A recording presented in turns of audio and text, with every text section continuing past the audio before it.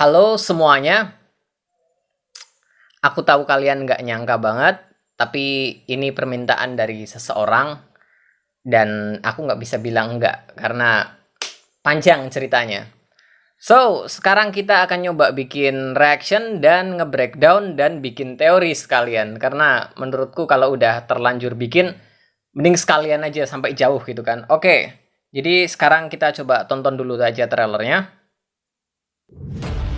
Zul, kamu memang tidak bisa bantu materi. Tapi Ibu lihat, kamu bisa mengembalikan senyum mereka. Layamu jadi pahlawan, Zul. Jadi superhero bisa, asal bermanfaat buat Zul dan juga buat orang lain. Aku akan menjadi superhero!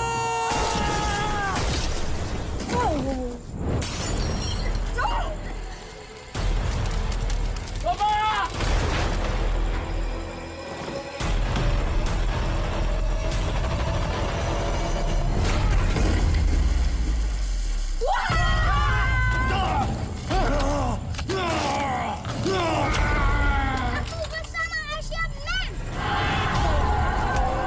Jauh ke suara kami semua demi keuntungan pribadi jauh. Bapak pengkhianat, fake, palsu. Di mana Asyarna? Di mana dia?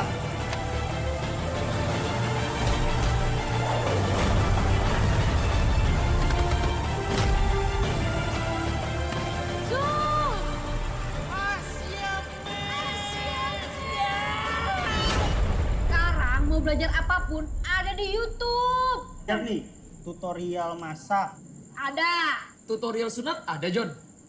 Lu belum sunat juga, Zul? Oke, kita diperkenalkan dengan seorang karakter bernama Zul yang sangat ingin menjadi seorang jagoan, dan ini juga didukung oleh ayahnya. Dan Zul ini tinggal di sebuah kampung, dan kampungnya ini akhirnya berurusan dengan sebuah kelompok mafia atau mungkin debt collector atau apa. Mungkin mereka berutang kepada debt collector, beberapa tetangganya atau apa, yang akhirnya benar-benar diganggu sampai keterlaluan. Dan Zul ini ingin melindungi mereka. Dan mungkin perlindungan dari Zul ini akhirnya berakibat berimbas ke keluarganya sendiri. Kita lihat di situ ada kebakaran dan mungkin ayahnya juga kenapa-napa gara-gara tingkah Zul yang sok jagoan. Ya, akhirnya Zul diincar oleh mafia itu dan berurusan dengan kelompok mafia itu. Di kelompok mafia itu kita melihat ada mungkin Marcelino Levran sebagai ketuanya. Kita lihat dia ada di sebuah kantor gitu ya. Dan mungkin Rizky Bilar, aku dengar jadi anaknya. Rizky Bilar bakalan jadi anaknya Marcelino Levran di sini. Dan mungkin Samuel Rizal dan Yayan Ruhian jadi anak buahnya. Jadi mereka yang bakalan jadi anak buah untuk melawan Zul dan segala macamnya. Dan ya, Zul akhirnya berurusan dengan kelompok-kelompok mafia ini. Jadi plotnya kayaknya begitu ya, lumayan sederhana dan pastinya sangat bisa dimengerti oleh banyak orang, anak-anak, keluarga, ibu-ibu, dan yang lain-lainnya. Sangat-sangat mudah dimengerti. Selain mereka juga ada karakter yang diperankan oleh Aurel. Ya, dia mungkin di set untuk menjadi love interest-nya Zul, tetangganya, teman masa kecil, dan segala macam. Kita juga melihat ada cewek ini, mohon maaf aku nggak tahu nama aktrisnya, juga aku nggak tahu nama karakter yang diperankan. Dia ini sepertinya awalnya berhubungan dengan anggota kelompok mafia itu, tapi dia membelot dan akhirnya mendukung menjadi bagian dari kelompoknya Zul. Aku ngelihatnya sih kayak gitu, tapi dia keren banget di bagian pertarungannya. Menurutku dari semua trailer ini, yang paling mencolok, yang paling aku suka adalah bagian cewek itu. Waktu dia berantem, gila, keren banget, aku suka. So, somehow Zul ini akhirnya kesambar petir dan ini menjadikan dia memiliki kekuatan. Setelah itu dia pakai kostum dan ya, sepertinya hanya itu aja ya. So, kita mulai di pertanyaan. Aku agak bingung dengan konsep tersambar petir. Aku jujur bingung. Karena kenapa petir ini bisa memberikan kekuatan? Menurutku sebaiknya ini dijelaskan di filmnya ya. Karena begini, kalau misalnya, meskipun ini fantasi ya, meskipun aku sering membahas tentang superhero dan segala macam, biasanya ada sebuah peraturan yang dibuat oleh sebuah fiksi. Misalnya di Naruto, mereka bisa menggunakan api, mereka bisa mengeluarkan air, bisa berubah menjadi 1000 dan segala macam. Aturannya adalah mereka menggunakan cakra. Mereka adalah para ninja yang memanipulasi cakra di dalam tubuhnya dan akhirnya menciptakan beberapa jurus-jurus itu. Kalau di One Piece, mereka menggunakan buah-buah iblis yang akhirnya bisa membuat mereka menggunakan kekuatan-kekuatan aneh. So, di film Gundala, dia tersambar petir karena petirnya itu adalah wujud dari seekor siluman dari masa lalu, dari sebuah kerajaan mistis yang pernah berhutang kepada Gundala yang ada di masa lalu. Dan sekarang yang berjodoh dengan dia adalah Sancaka. Ada aturan-aturan yang dibuat oleh dunianya untuk membuat hal-hal seperti ini menjadi make sense, seperti itu gitu loh. Dan ini belum aku lihat di trailer ini kenapa Siapman berubah menjadi superhero karena tersambar petir. Kenapa dia tiba-tiba menjadi kuat setelah tersambar petir itu masih belum dijelaskan ya, dan ya aku penasaran. Oke, sekarang kita masuk ke ranah teori. Nama Asiapman ini jujur agak membingungkan sih, kenapa tiba-tiba dia memakai nama Asiapman. Apa karena di channel YouTube-nya Atta Halilintar itu sering pakai kata Asiap? Tapi kan di film ini nggak ada Atta Halilintar, adanya Zul, dan Zul nggak punya channel YouTube. Jadi Asiap ini datangnya dari mana? Mungkin sih Asiap ini hanya sebuah kata yang sering diucapkan oleh Zul di film ini, dan tetangga-tetangganya udah tahu itu si Asiap.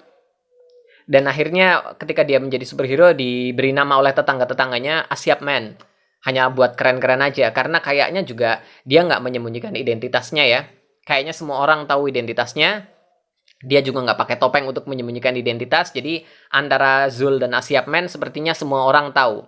Dan kayaknya ini juga bakalan berimbas ke orang-orang yang terdekat dengan Asiapman ini. Karena dia nggak menyembunyikan identitas. Makanya setiap perbuatan yang dia lakukan, identitasnya ketahuan, dan akhirnya orang-orang yang terdekat dengan dia otomatis bakalan diincar sama musuh-musuhnya. Dan di sini juga kita lihat Aurel diculik. Jadi sepertinya konsepnya seperti itu. Asiapman secara tidak langsung ikut membahayakan Aurel, dan akhirnya Aurel diincar lalu diculik dan segala macam. Lalu sepertinya akan ada cerita cinta segi 4 di sini antara Asiapman, Aurel, Rizky Bilar, dan cewek yang ini. Aku masih belum tahu sih cewek ini namanya siapa. Pokoknya sepertinya ada hubungan sesuatu antara Rizky Bilar dengan cewek ini, dan cewek ini sepertinya naksir dengan Asiapman. Sementara Asiapman dan Aurel saling jatuh cinta. Sepertinya mereka bakalan mengeksplor kerumitan kisah cinta ini. Untuk musuh utamanya menurutku adalah Marcelino Levran yang bakalan jadi gongnya, yaitu musuh terakhirnya, musuh utamanya. Dan dia seperti berubah menjadi sesosok monster sesuatu, aku masih belum tahu, mungkin minum ramuan sesuatu. Entahlah, agak susah menebak kalau kita masih belum tahu apa-apa tentang karakter ini, bahkan namanya aja aku nggak tahu. So, teoriku adalah Asiapman akan mengalahkan Marcelino Levran di akhir filmnya. Setelah itu, anaknya Rizky Bilar akan membalas dendam, dan dia akan disiapkan untuk sebagai musuh berikutnya di film-film selanjutnya. Ya, menurutku Rizky Bilar disiapkan untuk jadi the next main villain untuk film selanjutnya. Karena pertama, ayahnya udah dikalahkan oleh Asiapman, lalu kedua, cewek yang dia sukai naksir sama Asiapman dan tiba-tiba membelot dari dia dan mendukung Asiapman. Menurutku itu bakalan jadi motif utama yang bakalan menjadikan dia musuh utama di film selanjutnya. Untuk si cewek yang ini, menurutku dia bakalan jadi di set semacam jagoan sidekick-nya Asiapman. Iya, jagoan cewek. Mungkin peran jagoan cewek di sini jatuh ke dia sebagai sidekick-nya Asiapman. Dan ini mungkin bakalan bikin sedikit konflik juga karena otomatis Asiapman akan bertarung saling bahu-membahu dengan cewek ini, sementara Aurel merasa dirinya tersingkirkan. Ini mungkin bakalan jadi drama di filmnya juga. Jadi menurutku ini bakalan jadi salah satu pusat dramanya nanti. Oke, kayaknya udah semua ya. Bagaimana pendapat kalian? Silahkan tulis pendapat kalian di kolom komentar. Sampai jumpa di video-videoku yang berikutnya. Bye-bye.